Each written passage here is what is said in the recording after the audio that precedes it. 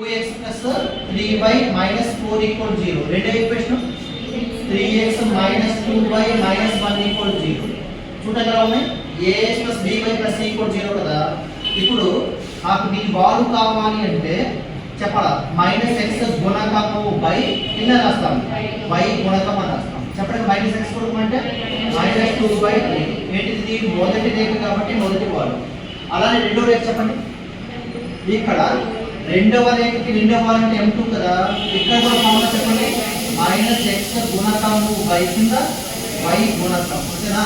ఇక్కడ మైనస్ 3/-2 ఇదేంటి m2 equal ఎంత 3/2 ఓకేనా. ఆ రెండు వాలు అర్థం చెప్పండి ఒకసారి. ఇక్కడ m1 ఇంటూ m2 చెప్పండి -2/3 ఇంటూ 3/2 క్యాన్సిల్ అవుతుంది.